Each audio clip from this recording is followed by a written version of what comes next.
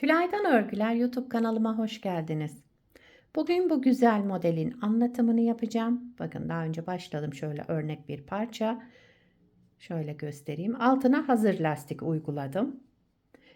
Bu lastiğin yapılışı da ön yüzünde düzleri örmeden alıyoruz. Tersleri örüyoruz. Arka yüzünde hem düz hem tersler örülüyor. Modelimizin ilmek sayısına gelince. Şöyle. Her model 4 ilmekten oluşuyor. Şöyle 4 4 4 diye devam edilecek. En sonuna 3 ilmek ekliyoruz. 4 ve 4'ün katları artı 3. Bu modelimi çıkartırken şöyle bir ihraç fazlası ip kullandım. Kullandığım şiş 4 numara.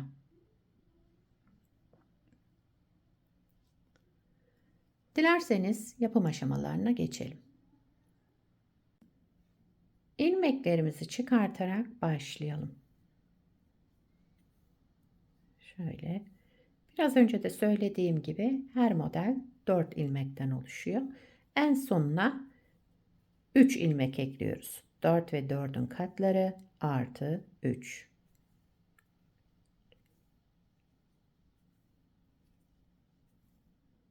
Evet. Şöyle 3 model üzerinden anlatacağım. En sonuna da 3 ilmek ekliyorum. Şişimde 15 ilmeğim var. Şöyle 2, 4, 6, 8, 10, 12, 14, 15. Evet. 15 ilmekle modelimi kurmaya başlıyorum. Ama öncesinde şöyle bir ters bir düz lastik hazırlayacağım.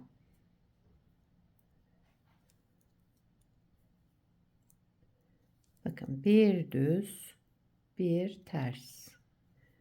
Bir düz bir ters örerek birkaç sırayı tamamlayacağım. Evet, lastiğimi hazırladım. Şöyle bir ters bir düz örerek lastiği hazırladım. Modeli kurmaya başlıyorum. Modelimiz 4 sıradan oluşuyor. Birinci sıra ön yüzündeyim. Kenar ilmeğinden sonra ilmeğim ters. Bir ters ördüm. Sıradaki 3 ilmeğimiz, bakın şu 3 ilmeği ikisini bir aldım, düz ördüm. Şöyle birinci ilmeği çıkardım. İkinci ilmek kaldı şişimde. Bunu tekrar ördüm. Ve bu sonki ördüğüm ilmeği tekrar sol şişime aktardım. Bir sonrakini de üzerinden geçirerek bıraktım. Şöyle. Burada bir ilmek eksiltmiş olduk. Bir sonraki sırada artırma yapacağız. Bir ters, arada terslerimizi ters örüyoruz.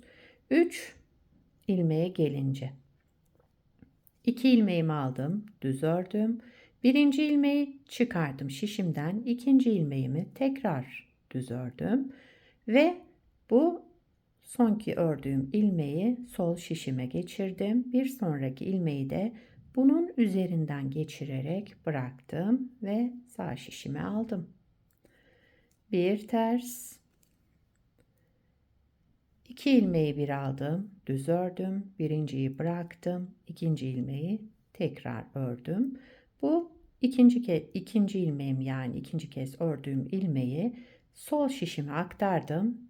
Bir sonraki ilmeğimi de onun üzerinden geçirerek bıraktım.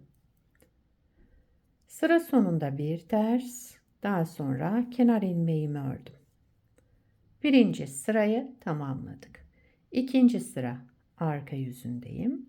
Kenar ilmeğinden sonra bir düz olan ilmeğimi düz ördüm. 2 ters ilmeğe gelince birincisini ters ördüm. Bir artırma yaptım. Bir sonrakini de ters ördüm. Yani 2 ilmeği de ters ördüm ama arada bir artırma yaptım. Bir düz, bir ters, bir artırma, bir ters. Bir düz, bir artırma, bir düz, bir ters, bir artırma, bir ters. Yani iki terslerin arasında bir artırma olacak. Kenar ilmeğimi de düz ördüm. Üçüncü sıra ön yüzüne geçtim. Kenar ilmeğinden sonra bir ters, 3 düz. Üçüncü sıra ön yüzünde ters olan ilmeğimi ters, diğer 3 ilmeğimi de düz örüyorum. 1 ters, 3 düz örerek sıra sonuna kadar devam ediyoruz. Sıra sonunda bir ters, daha sonra kenar ilmeğimi düz ördüm. Dördüncü sıra arka yüzüne geçtim. Kenar ilmeğinden sonra düzleri düz, tersleri ters örelim. Yani bir düz, 3 ters.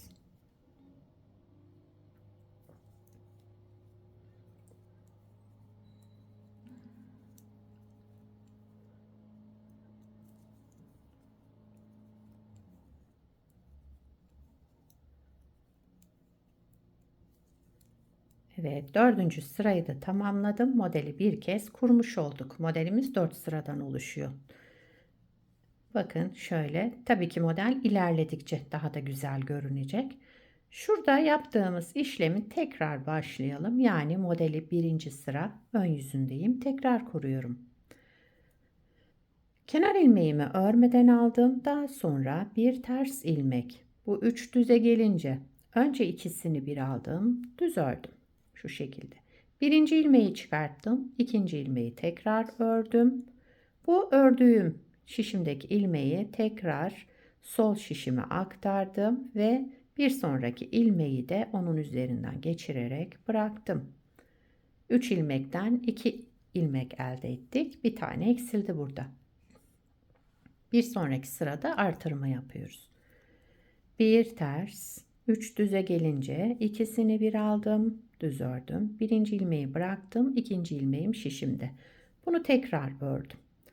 Ve şişimdeki ilmeği sol şişime aktardım. Bir sonrakini de onun üzerinden geçirerek bıraktım. Sıra sonuna kadar bu şekilde devam ediyoruz.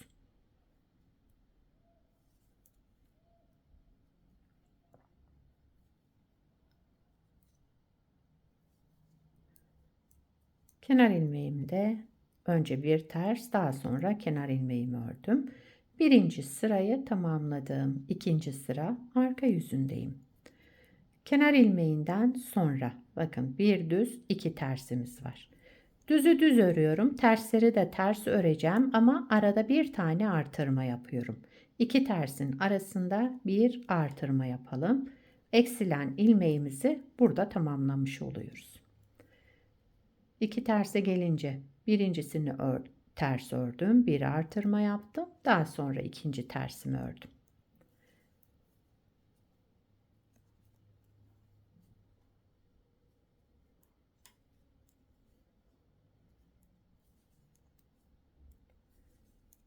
Evet, ikinci sırayı da tamamladım. Üçüncü sıra ön yüzündeyim. Kenar ilmeğinden sonra bir ters, 3 düz örüyoruz. Şu şekilde. Bir ters, 3 düz.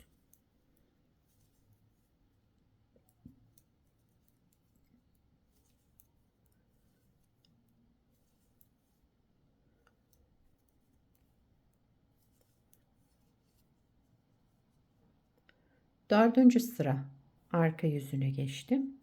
Kenar ilmeğinden sonra yine düzlerimizi düz, terslerimizi ters örüyoruz. Bir düz, 3 ters.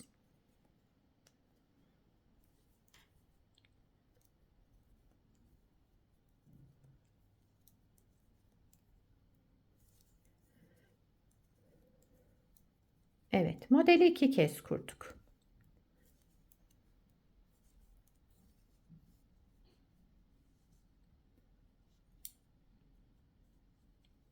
Şöyle. Daha önceki parçayı da göstereyim. Şu şekilde. Burada bebe yünü kullandım. Burada ihraç fazlası az bir kalın ipim vardı. Onunla çalışmıştım. Buradaki de bebe yünü.